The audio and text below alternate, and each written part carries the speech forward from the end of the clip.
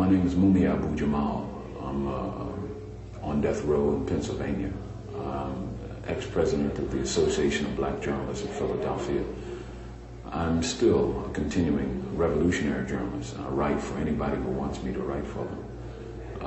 And I'm fighting my conviction, fighting the sentence, fighting for my life, and fighting to create revolution in America.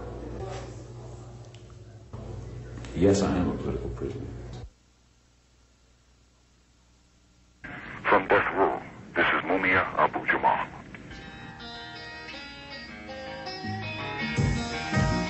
It was the eruption of the civil rights movement against Jim Crow segregation that shattered the McCarthyite Cold War climate of the 50s. The whole world watched as peaceful demonstrations demanding the right to vote were attacked by the police and the Ku Klux Klan.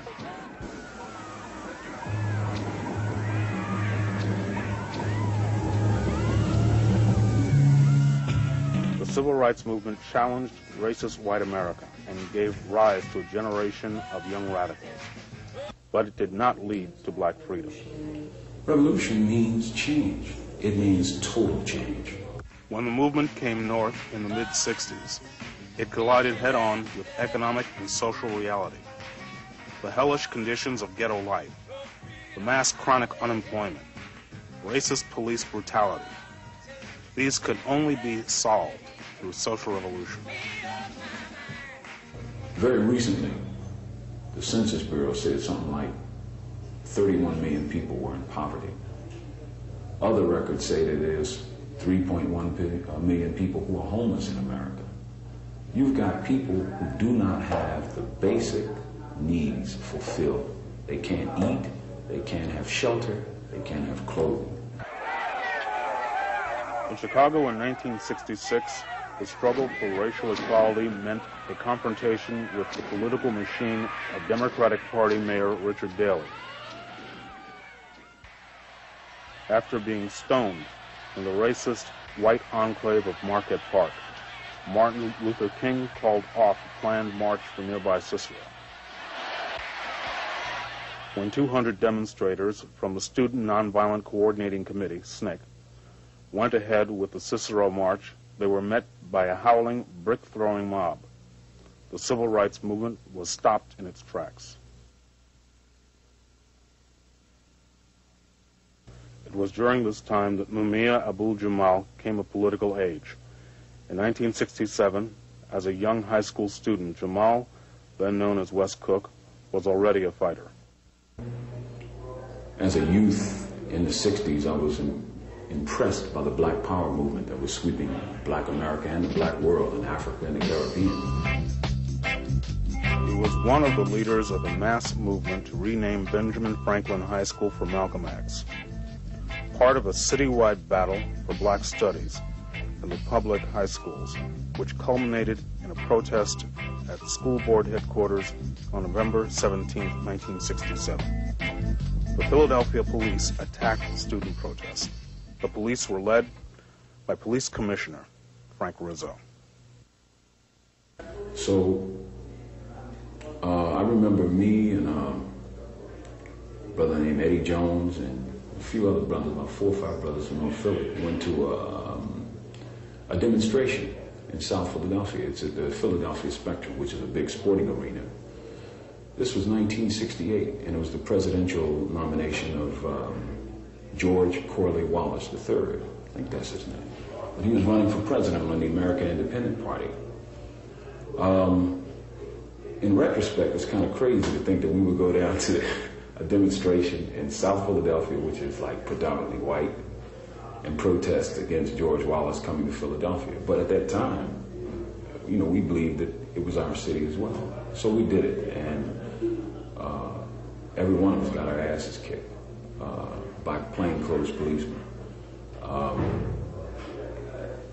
You probably heard the tale, "I beat you so bad your own mama won't know you." Well, it has a particular relevance to me because as I was laying in the hospital, charged with assault and aggravated assault and beating of a police officer, my own mother walked by me, looked me dead in the eyes, and kept walking because she couldn't recognize me.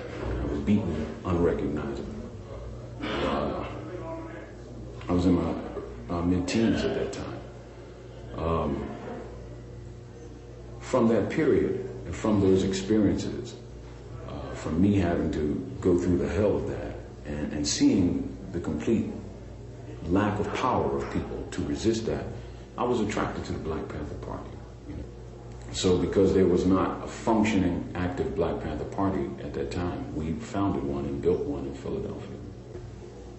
I was beaten into the Black Panther Party. The Black Panther Party represented the best of a generation of militant black youth. They rejected the turn-the-other-cheek pacifism of Martin Luther King and stood for armed self-defense. I believe that it's a natural right and principle of life for all people to defend themselves. I believe that years ago when I was a Panther. I believe it when I got exposed to the MOVE organization. I believe it now. Self-defense is a natural right, and no one can take that away from you. There was a national campaign to destroy the Black Panthers by infiltration, arrest, and murder, designed and carried out by the White House and J. Edgar Hoover's FBI. This program killed 38 Panthers. The FBI mandate was to disrupt and destroy the Black Panther Party, including by fabricating evidence and perjured testimony. From May 1967 to December 1969, the Panthers were hit with 768 arrests and almost $5 million in bail bonds. The COINTELPRO program was a terroristic program. Its function was to terrorize radicals, revolutionaries, opponents of government programs, and to stigmatize and isolate them from the general population. In September 1969, the police raided the party headquarters at 19th and Columbia. They would have shot us then, Jamal said, except for the community presence. The office was ransacked, files taken, mimeograph machine gone. On December 4, 1969, Chicago Panther leaders Fred Hampton and Mark Clark were murdered by the Chicago police under the direction of the FBI. A week later, in Philadelphia's Church of the Advocate, Jamal was the first speaker at a 1,000-strong memorial for their slain comrades. He said, "The only thing on Hampton's bed was blood and a book by Lenin. He was murdered. We're trying to tell people that there is no need for any more Fred Hamptons or Bobby Huttons." In all the years that I was a Panther and before I became a Panther, make no mistake, the government tried very viciously to wipe out the Black Panther Party. The point is, they tried to kill Panthers. They shot, they sent in grenades, they bombed, they did all that stuff.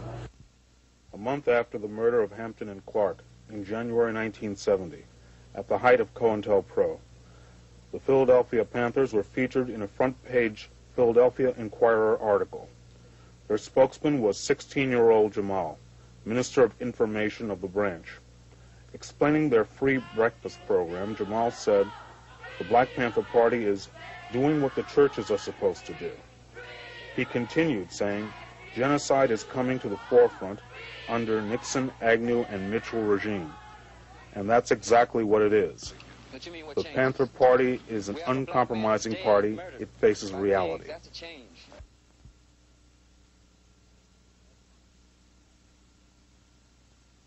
That summer, 1970, Jamal joined the staff of the Panther National Office in California and wrote for the party's newspaper, the Black Panther. My career as a journalist began with the Black Panther newspaper in Philadelphia and on the Black Panther newspaper in California. There is where I learned how to write,